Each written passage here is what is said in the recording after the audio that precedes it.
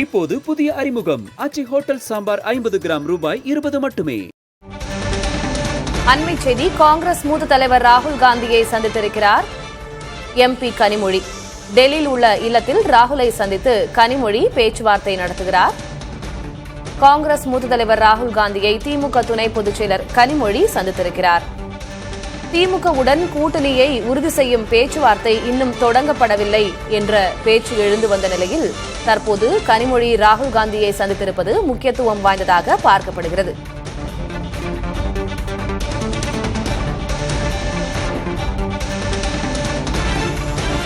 இதுகுறித்த கூடுதல் விவரங்களை வழங்குவதற்காக டெல்லி தலைமைச் செய்தியாளர் கணபதி இணைந்திருக்கிறார்.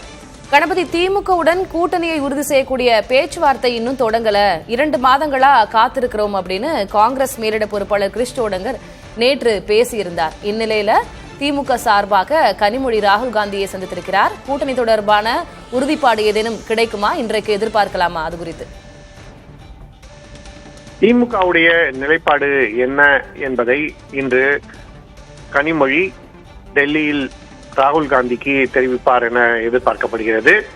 அப்படி அவர் தெரிவிக்கும் பட்சத்திலே ஏற்கனவே காங்கிரஸ் கட்சி ஒரு குழுவை அமைத்து அந்த குழு திமுக தலைவர் மற்றும் தமிழ்நாடு முதல்வரான மு.க. ஸ்டாலினிடம் தங்களுடைய கோரிக்கைகள் என்ன என்பதை தெரிவித்திருக்கிறது.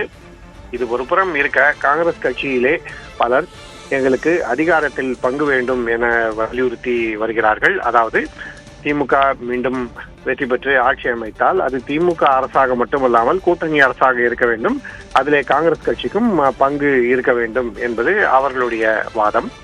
அதே சமயத்திலே வேறு சிலர் காங்கிரஸ் இந்த கூட்டணியிலே நீடிக்க வேண்டுமா அல்லது தமிழக வெற்றி கழகத்துடன் கூட்டணி அமைக்க வேண்டுமா எனவும் பல்வேறு விதமான விவாதங்களுக்கு தங்களுடைய விமர்சனங்கள் மூலமாக இடம் கொடுத்துள்ளனர். இப்படிப்பட்ட சூழ்நிலையில் தான் இந்த முக்கியத்துவம் வாய்ந்த சந்திப்பு நடைபெறுகிறது.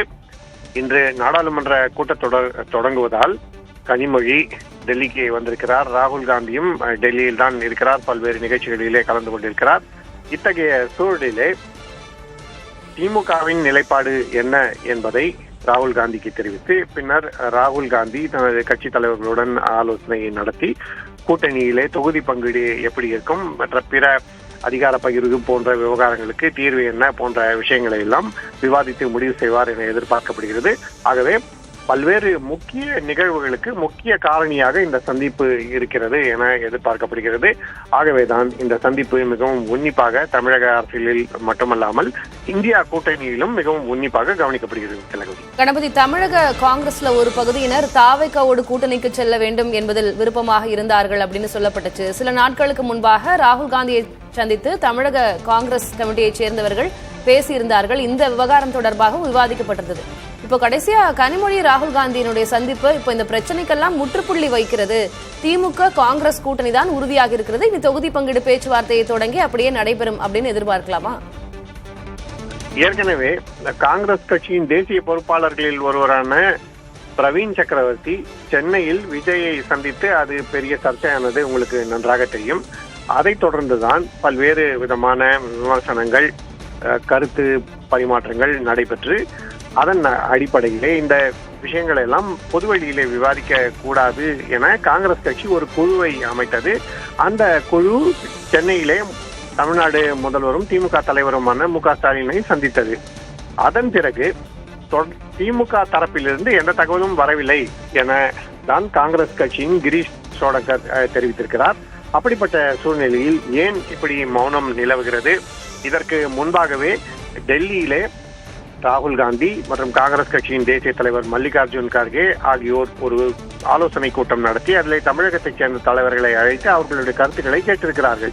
கே.சி. வேணுகோபால் உள்ளிட்ட மூத்த தலைவர்கள் இந்த கூட்டத்துக்கு பிறகு பொது வழியிலே இதெல்லாம் விவாதிக்க வேண்டாம், கூட்டணி தொடர்பான முடிவுகளை காங்கிரஸ் கட்சியின் தேசிய தலைமையை எடுக்கும் எனவும் தெரிவித்திருக்கிறார்கள். அப்படிப்பட்ட சூழ்நிலையில் காங்கிரஸ் கட்சியின் தேசிய தலைமை முடிவு எடுப்பதற்கு திமுகவின் நிலைப்பாடுகள் என்ன என்பது தெரிய வேண்டும். அந்த நிலைப்பாடுகளை இன்று கனிமொழி நேரடியாக ராகுல் காந்திக்கு தெரிவிப்பார் என எதிர்பார்க்கப்படுகிறது. தமிழ்நாடு முதல்வர் மு.க. ஸ்டாலினின் தூதராக அவருக்கு என்ன நிலைப்பாடுகளை கொண்டிருக்கிறார் என்ற தகவலை கனிமொழி ராகுலுக்கு தெரிவித்தால் ராகுல் காந்தி அது குறித்து தனது கட்சியினருடன் ஆலோசனை நடத்தி பின்னர் கூட்டணி தொடர்பான முடிவுகளை எடுப்பதற்கு சரியாக இருக்கும். ஆகவேதான் இந்த சந்திப்பு மூலமாக இதுவரை இழுபறியாக இருந்து வந்த இந்த விவகாரத்திலே ஒரு முடிவு விரைவிலே எட்டப்படலாம் என எதிர்பார்க்கப்படுகிறது. திலகவதி, விவரங்களுக்கு நன்றி கணபதி. இப்போது புதிய அறிமுகம் ஆச்சி ஹோட்டல் சாம்பார் 50 கிராம் ரூபாய் 20 மட்டுமே.